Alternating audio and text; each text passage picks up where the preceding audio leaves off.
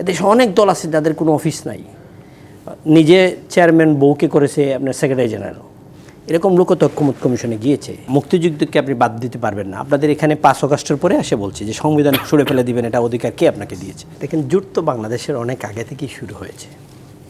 জোট বাংলাদেশে যেমন আছে, মাদার অফ ডেমোক্রেসি ব্রিটেনেও জোট আছে।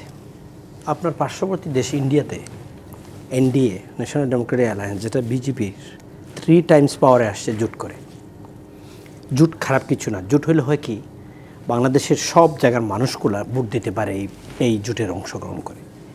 এখন সেখানে আপনি বলবেন ফ্যাসিস্টের দোসর আছে, সেখানে ফ্যাসিস্টের মন্ত্রীরা আছে, সেটা আপনি বলতে পারেন। কিন্তু সেই মন্ত্রীর বিরুদ্ধে স্পেসিফিক কোনো দুর্নীতি যদি কোনো অপরাধের তাকে দোষী সাব্যস্ত না করেন, তাহলে তারা বাইর করবেন কী করে জায়গা থেকে? বিএনপির সাথে জামাত ছিল, বিএনপির দোষের কারণে আওয়ামী লীগের সাথে ছিল। 86-এ আমাদের পার্লামেন্টের যে নির্বাচনে জামাত প্রথম ইলেকশন করেছে, হুসাইন মোহাম্মদ এরশাদ তখন ছিলেন রাষ্ট্রপতি, আওয়ামী লীগ আসছে সেই ইলেকশনে বিরোধী দল হিসেবে, তো করেছে। তারা অন্যায় করে নাই এবং সংবিধান বিরোধীও করে নাই। ইলেকশনে যাওয়া কিন্তু নৈতিকভাবে আপনি প্রশ্ন করতে পারেন, কিন্তু সাংবিধানিকভাবে কিন্তু অন্যায় না। যাওয়া অন্যায় না, না যাওয়া অন্যায় না। আপনি যাবেন না, আপনার সেটা আপনার ব্যাপার। এখন জোট নিয়ে নির্বাচনের যদি প্রতিবন্ধকতা সৃষ্টি করে, দেশের মানুষের জন্য যদি কোনো থ্রেট হয়, ভোটারদের জন্য হয়, পলিটিক্যাল পার্টির জন্য আনরেস্ট হয়, সেটা আপনি বলতে পারেন। আমরা তো মনে করি যারা অলরেডি আছে, ঐক্যমত কমিশন নামে যে একটা কমিশন হয়েছিল, সেই কমিশনের দলের একজন নেতা যে দলে আছে, আমার ভাই যেটা বললেন যাদের অফিস নাই, ট্রু। তো নতুন এবং ফিরে আসা গ্রাহকদের জন্য নগদে চলছে ক্যাশব্যাক সহ প্রতিদিন হাজারো উপহার জেতার সুযোগ। হবে আশা আর ফেরা, সারপ্রাইজ সেরা।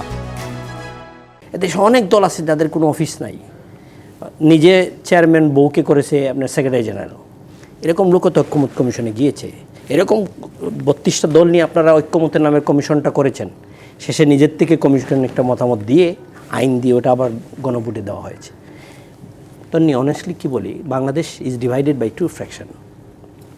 একটা হলো যে 71-এর মুক্তিযুদ্ধটা ধরে রাখতেই হবে, আরেকটা হলো না, মুক্তিযুদ্ধে বেশি 24টা আমাদের ধরে রাখতে হবে।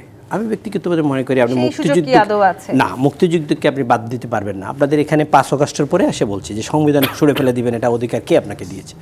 এই সংবিধানের আলোকে আরেকটা অ্যামেন্ডমেন্ট করেন, অ্যাড করেন। 24 নেন 71 নিয়ে আপনি থাকতে হবে। বাইরে গিয়ে আমরা অনেক কিছু করতে পারছি প্রয়োজন অনুযায়ী। না, সংবিধানের আমি এই কথাটা বলি, সংবিধানের বাইরে গিয়ে আপনি কোনো কিছু করতে পারবেন না। এগুলো ইভেন্চুয়ালি আপনাকে আইনে পরিণত করতে হবে।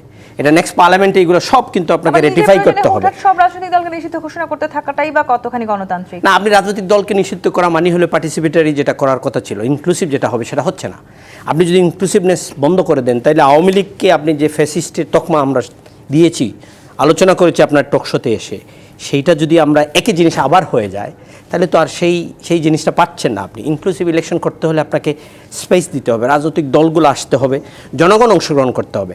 আমাকে বাদ দিয়ে, জাতীয় পার্টিকে যদি বাদ দিয়ে ফেলেন, তা আমার যে ফলোয়াররা আছে, আমার যে এলাকার ভিত্তিক লোক আছে, এই লোকগুলো কিন্তু নির্বাচনে অংশগ্রহণ যাবে।